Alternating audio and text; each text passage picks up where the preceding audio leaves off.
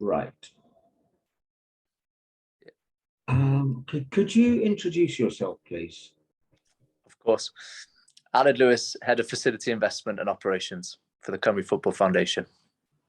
So could you briefly explain what the aims of the foundations are and what you hope to achieve over, let's say, the next year and 5 years? Yeah, so the Cymru Football Foundation was established as a dedicated body and a vehicle for investment and the development of grassroots football facilities mainly, but football facilities across the country, whether domestic or grassroots.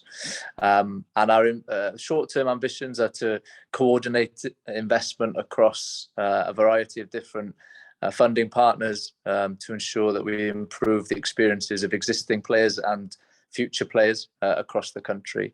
Longer term, we hope to continue to leverage future investment from current partners, but also new partners in the future, and also act as an innovation body as well to trial and test new approaches and new methods of delivering different facility developments that meet unique and new and ever-changing environmental standards, but also test and trial different approaches to delivering football experiences, and whether that is shared football sites and football hubs, whether it's different changing facilities and changing room and clubhouse developments, or simply just looking at the way that grass pitches are maintained and the unique technologies that are being developed now with robotic mowers and things like that. You know, where there's a huge opportunity for the foundation to be at the forefront of that technology and the innovative way that football facilities can be maintained, can be developed, and can be grown over a period of time. You've mentioned among the things that you want to do is to do with pitches. I've been to Africa quite a bit over the last 5 years, and if you saw the state of some of the pitches there, you would probably be quite happy with the ones you've got in Wales. But do you see as part of your progress and your program the linking with countries, certain countries, you can't do it with everyone, but one or two of the countries in Africa, and so well, look, this is what we're doing. Can't give you everything, can't sort of take over your pitch development ideas, and develop we can't take over your program for pitch development, but we can advise you on what we're doing. Is that part of what you hope to do at the FAW? Certainly. Foundation. Yes, yeah, well done. Certainly, we wish to be a sector leader in this area, and as part of that role, we want to share our learnings, our insights, and support other countries, other organisations to develop and also learn from others. And as part of that, we want to be open to sharing our experiences and the learnings that we've gathered. And if we can impart some of that knowledge on others to improve the way that they operate and that the way that they can manage their pitches specifically. And if we're talking about that particular type of project, then we'd be more than happy to do that as an organisation, and it's something that we feel a sense of responsibility across the global game for. That it's something that football is a game for everybody, and if we can support other countries to develop better facilities, then we will certainly do our utmost to do that, while also having a huge focus on our facilities in Wales as well. Obviously, you're fully aware of this. It's 64 years since Wales qualified for the World Cup last time. Well, first of all, why do you think it has taken so long for Wales to achieve that again? It's a good question. I think we have been unfortunate at times with the draw that we've had in the certain groups. We've had some very tough teams and tough opponents that we've had to play in our groups. It's also been around a bit of luck with injuries at certain and crucial times, crucial games within a qualification campaign, and also looking at the growth and the development of a squad of players that can compete at international level, and the systems and the platforms that have been created within the FAW now, with the talent pathway and the coach education systems that exist, are far more conducive to develop players of a high ability to play consistently at an international level. And we're seeing the success of that over the last 6 years. And I think we've had some fantastic players, in other eras and in other squads, but whether we've had the collective squad of players of a similar quality that we have now probably isn't the case. And that's probably why we haven't qualified up until now for a World Cup. Sorry, just got to switch that off. Somebody was trying to call me. Next question is in relation to Qatar, like a lot of other countries, has bad human rights record. What responsibility do you want to see Welsh football take globally to use the power of the world's most popular sport to combat discrimination in all its forms?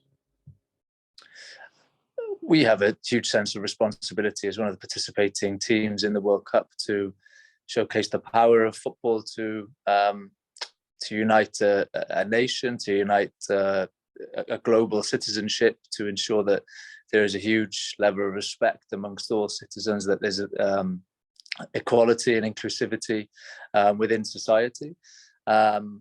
And we hope to showcase our values through our participation in the World Cup, and play a leading role in advocating for a better society across the country, across the world.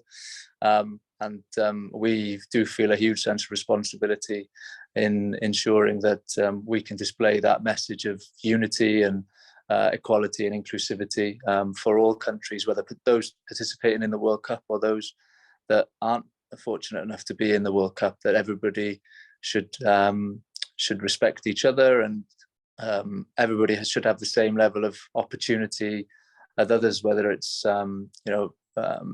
gender or race or religion. Everybody should be treated the same. What would you consider a success, both on and off the pitch, for Welsh football at the World Cup in Qatar? So success on the pitch would be to win the World Cup, and then we would work back from there. I think success off the pitch is linked to on the pitch.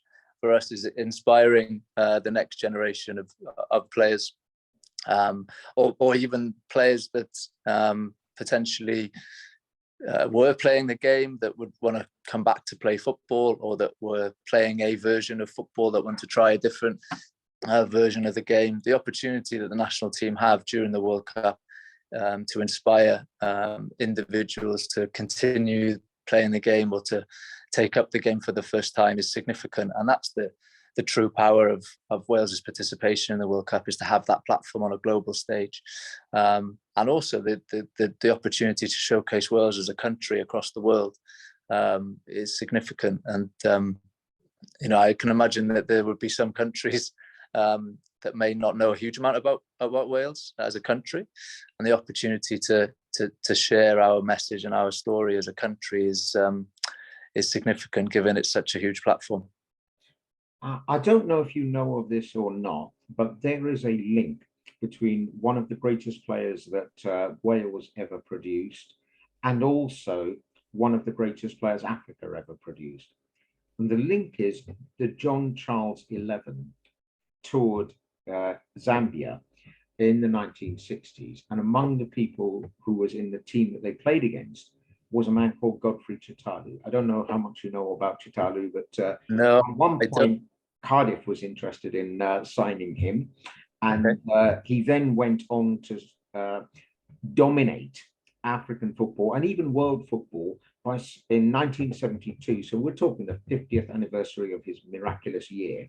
He actually scored 107 goals during the Zambian season and 116 during the calendar year, which is, I would argue, the record, undoubtedly the record for a calendar year. What would you like to see done to help foster links and an appreciation of the fact that you have these two great legends, and there's a link to it that hardly anyone knows about? I think, well, first of all, I mean, I wasn't aware of the link, so I think just an opportunity to share the story, and to widen that message, whether that's through a communication, or just raising awareness of that particular player's career, and the connection between the two legends of the game. It's a huge opportunity, and something that we haven't taken advantage of yet. So I think it would be great to try and take advantage of that through our communication platforms. Well, I don't know if you're aware, but there are 3 Zambian players playing in the top level of British football: Fashion Sakala at Rangers, Patton Daka at Leicester City, and unfortunately the recently retired Enoch Mwepu at Brighton and Hove Albion. Would you be interested in trying to arrange a match to celebrate the links between John Charles and Godfrey Chitalu by conversing with the Zambian FA and through Enoch Mwepu, so that you could highlight all these type of things? Because this is also a very, very important issue in terms of what's happened to Mwepu, that here you have a man at the top of his game, 24 years old, the world at his feet, and then it's all taken away from him. Yeah, it would be somebody within the FAW that would be better placed than me to discuss that particular opportunity, but I'm more than happy to make those connections and provide the platform for those opportunities to be discussed. Now, one of the other things I was going to ask you is, what do you want to see as the legacy of this World Cup in particular for Welsh football? It's taken 64 years to get back to the highest level. You've been there in the UEFA tournaments, the European Championships, and you're beginning to get a consistent run. But what will be the legacy? What has to happen after this? So the legacy certainly will be the investment that we're able to offer into our facilities. So the opportunity that has been afforded to us on the back of qualification for the World Cup is that we're able to invest a significant amount of money into the development of facilities in Wales, and that will provide a physical legacy and an infrastructure that will support the growth of the game and provide better experiences for our current and future players. The legacy that we also hope to provide will be the inspirational performances that our national team will provide us, and the legacy of that in inspiring players to play the game for the first time will be significant, and the connect up with the facilities and new players joining will be an important relationship, because we have to ensure that our facilities grow to meet the current but also the future demand of the game as well. And I think those two aspects of legacy that the World Cup participation will offer.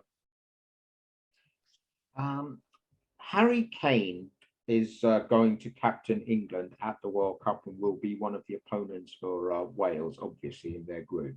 He has said he's going to wear the rainbow armband as captain at the World Cup. What will Gareth Bale and Welsh players do in a similar fashion, if anything?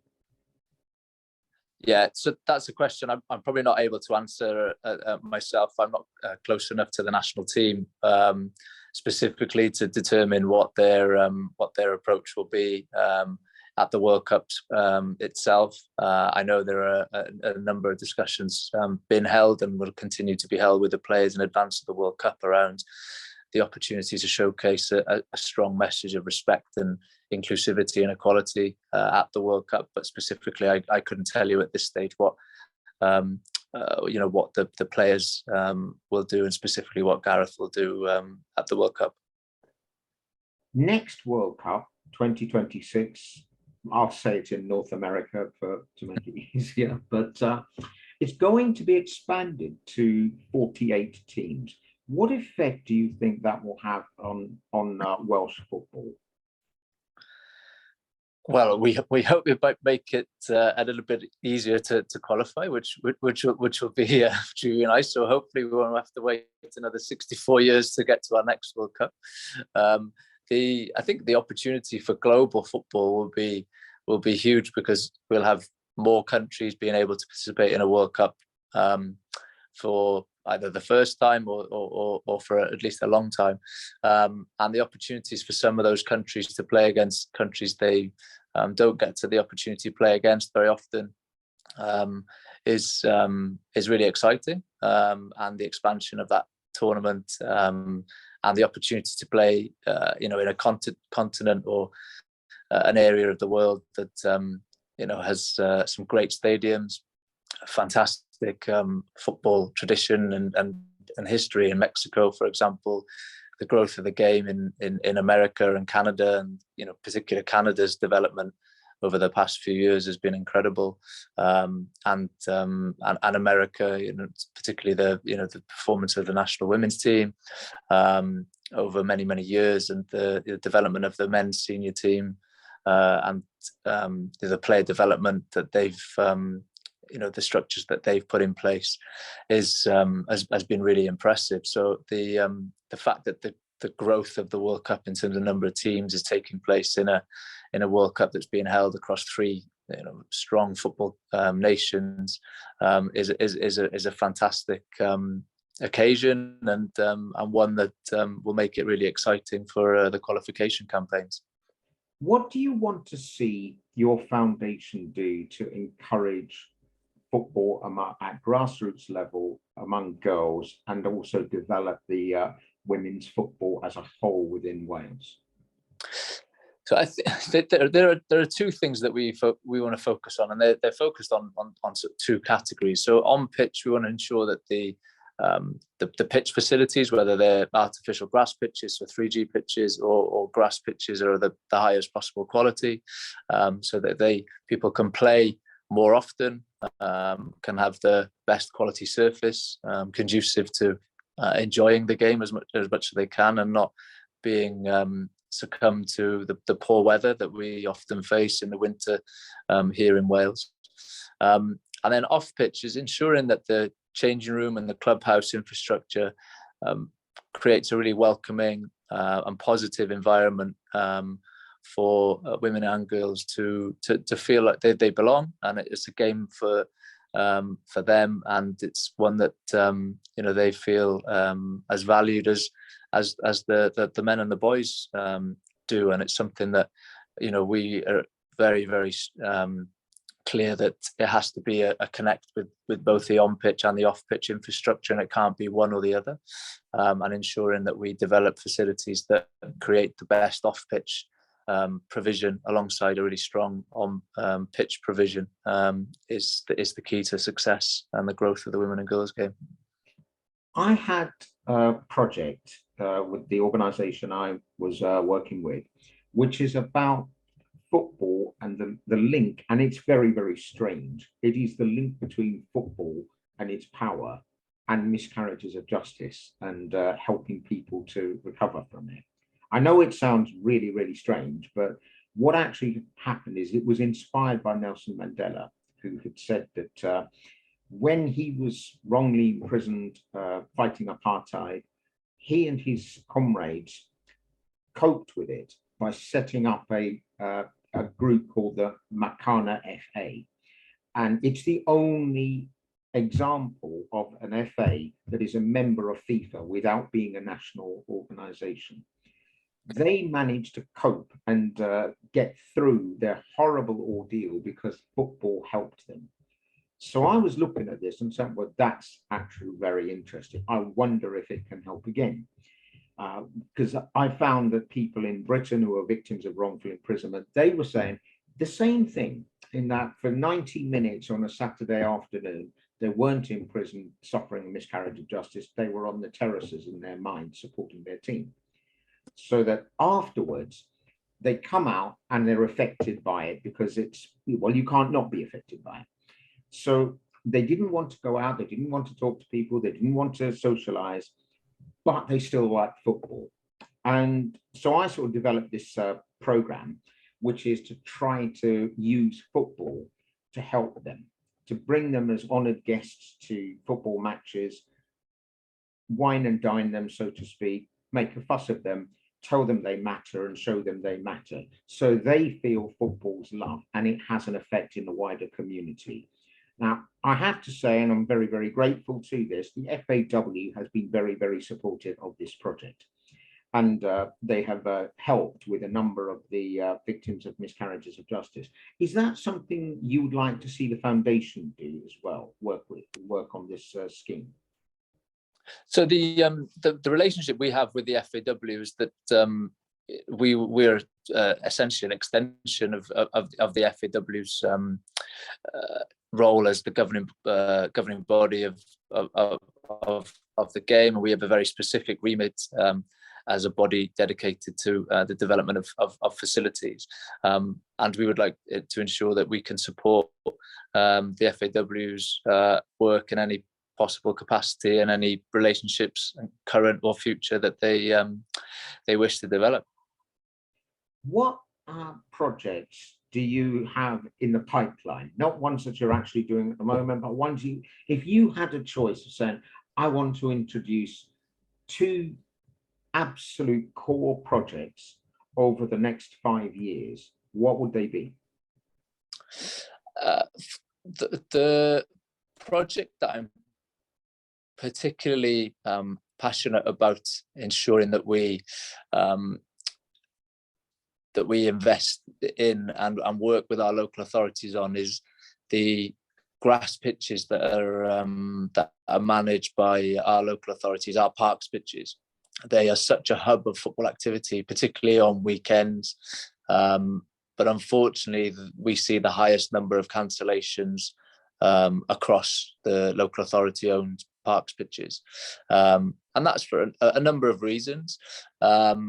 There's been huge challenges around the maintenance budgets of local authorities in relation to grass pitches, and also that we recognise that those pitches are used very often, so they probably don't get the opportunity to rest and repair like other pitches. But we would love to establish a project that would support the growth and improvement of those grass pitch hubs, particularly in our more urban areas where we've got large hubs of grass pitches, and working with our local authorities to improve the quality of them, but also working with them around the improvement of the maintenance programme would be a significant development, because that's where we would see a significant impact, hopefully in the reduction in the number of cancellations, but also the quality of the surface that those players would be playing on as well. I've been to Wales a few times. It's one of the most welcoming and diverse communities you can find. With that in mind, have you heard of Karabakh? It's an Azerbaijani team which ended up being known as the team of refugees because they were forced out of their city because of the conflict between Azerbaijan and I believe it was Armenia at the time. And the end result is they're now known as the refugees team. And so I was actually saying to the people in the FAW, this was quite a while ago, were you aware of this team? And if you were, or even if you're not, but now, what would you want to do and say in support of Karabakh as a refugees team because it's such a diverse community? Well, football is a game for everyone, and we want to ensure that everybody gets the same opportunity to play, and to play a version of the game that they enjoy the most and that they wish to play. So to ensure that whatever the community that any individual or any team is in, that they get access to the same level of provision that any other team or any other individual would get is of primary concern to the FAW, and we must ensure that we provide the same level of access to everybody that wants to play the game. They're a professional team. They were based in Nagorno-Karabakh and ended up having to leave for Baku. They play in Baku, but they're such a nice and welcoming team that they never forgot their roots. So they provide free tickets and free assistance for supporters based in Karabakh, where they were, to come to watch their matches.